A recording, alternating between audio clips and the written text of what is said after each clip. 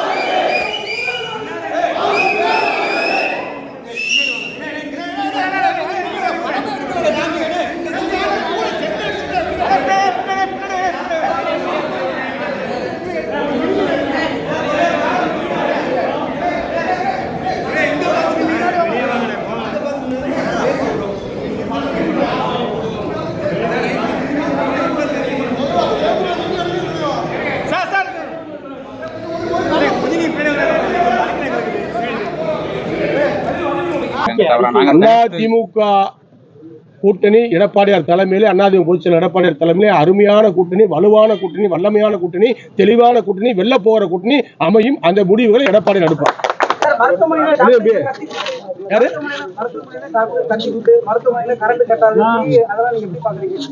அதாவது இது ஒரு புனித இடம். எல்லா சமூக மக்களும் இங்க இருக்கிறார்கள்.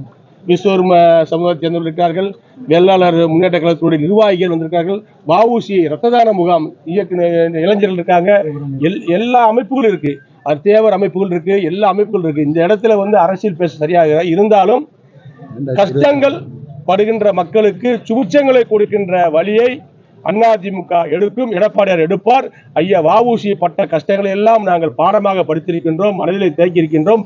அது அவருடைய கொள்கைகளை, அவர் பட்ட கஷ்டங்களை இனிமேல் மக்கள் படாத அளவுக்கு தேவையான உதவிகளை அதிமுக ஆட்சியில் எடப்பாடி. என்னது பாரதிய ஜனதா கட்சிக்கு எதிரான மீம்ஸ்கள் நம்ம தொடர்ந்து சமூக வலைதளங்கள்ல போடணும், பாஜகவோட கூட்டணியில் இருக்கும், தொடர்ந்து அவங்களுக்கு எதிரான மீம்ஸ்கள் தொடர்ந்து போடணும்னு சொல்லி ஜெயக்குமார் கட்சியினருக்கு உத்தரவிட்டதாக. எங்களுக்கு உத்தரவு எங்க இருந்து பொதுச்செயலாளர் எடப்பாடி எடுத்த உத்தரவு வந்தால் அவருடைய உத்தரவை சரியாக செயல்படுத்தக்கூடியவர்கள் நாங்கள். ஆகவே எந்த முடிவாக இருந்தாலும் எடப்பாடியார், கழக பொதுச் செயலர் எடப்பாடியார் முடிவெடுப்பார். பாஜக கூட்டணி அதாவது ஏற்கனவே எடப்பாடியார் தெளிவா சொல்லிட்டார். திரும்ப அதவே அவர்கிட்டையும் கேட்காது, எங்கிட்டையும் கேட்காதீங்க. ஏன்னா கூட்டணி எதுனுங்கிற முடிவை எடப்பாடியார் எடுத்துட்டு கரெக்டா காய் நகட்டி போயிட்டு இருக்காரு. நிச்சயமா பாத்தீங்கன்னா இன்னைக்கு இந்த ஆட்சி மீது மக்களுக்கு ஒரு அதிருப்தி பயங்கரமா இருக்கு. கரண்ட் கட்டு, அரசு மருத்துவமனையில் டாக்டர் தாக்கப்படுறது, பல சம்பவங்கள். இன்னைக்கு கூட இந்த பக்கத்துல கூட ஒருத்தர் கூலி தொழிலாளியை கொலை பண்ணிட்டாங்க. ஏன்னா குற்றச்செயல்கள் அதிகமாகிட்டே இருக்கு, கிரைம் நிறைய நடந்துகிட்டு இருக்கு. இதெல்லாம் தடுக்கணும்னு சொன்னா காவல்துறை சுதந்திரமாக செயல்பட வேண்டும். அதற்கு அதிமுக ஆட்சியிலே, அம்மாவுடைய ஆட்சியிலே, எடப்பாடி ஆட்சியிலே எப்படி காவல்துறை இருந்தது, எப்படி ஸ்காட்லாந்துக்கு இணையான காவல்துறை இருந்தது நீங்கள் அறிவீர்கள். அது போன்ற ஒரு நிலைமையை மீண்டும் அதிமுக ஆட்சியில் 2026 அமையும். எடப்பாடி முதலமைச்சராக இருந்து அந்த பணிகளை செய்வார். தொடர்ந்து உங்களை விமர்சனம் துணை முதலமைச்சர் உதயநிதி ஸ்டாலின் கூட இன்னும் ஒரு ரைடு விட்டா ஏடிஎம்கே பிஜேபியோட இணைச்சிருவாருன்னு ஒரு விமர்சனம் பண்ணிருக்காரு. யாரு இவங்க பண்ணாத ரைடா என்ன பண்ண போறாங்க? கால முடிய நேரத்தில் என்ன ரைடு பண்ண போறாங்க? அதெல்லாம் ரைடு எல்லாம் நம்ம ரைடு பண்றதுக்கெல்லாம் பயந்துட்டு போயிட போறாங்களா? நாங்கெல்லாம் ஐயா வஉசியோட வரலாறு படிச்சுட்டு இருக்கோம், நேதாஜியுடைய வரலாறு படிச்சுட்டு முடியாது. பூரா தேசிய தலைவர்கள், வீரமிக்க தலைவர்கள், விவேகமான தலைவர்கள், போராடிய தலைவர்கள், போராளிகளுடைய வரலாறை படித்து வளர்ந்து கொண்டு அரசியல் இருக்கக்கூடியவர்கள். ஆகவே ரைடுக்கும் கைதுக்கும் பயந்து பின்வாங்கக்கூடியவர்கள் அதிமுக கிடையாது, நாங்கள் கிடையாது. இங்க இப்ப சேர்ந்திருக்க ஆளுங்க பாருங்க, எல்லாம் போராளி தான். பந்தல் ராஜா ஒரு போராளி.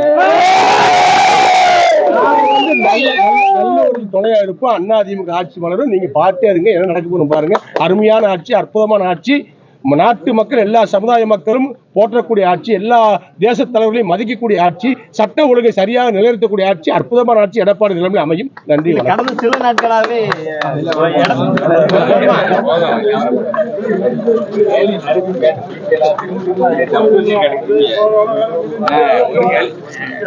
ஒரு கேலி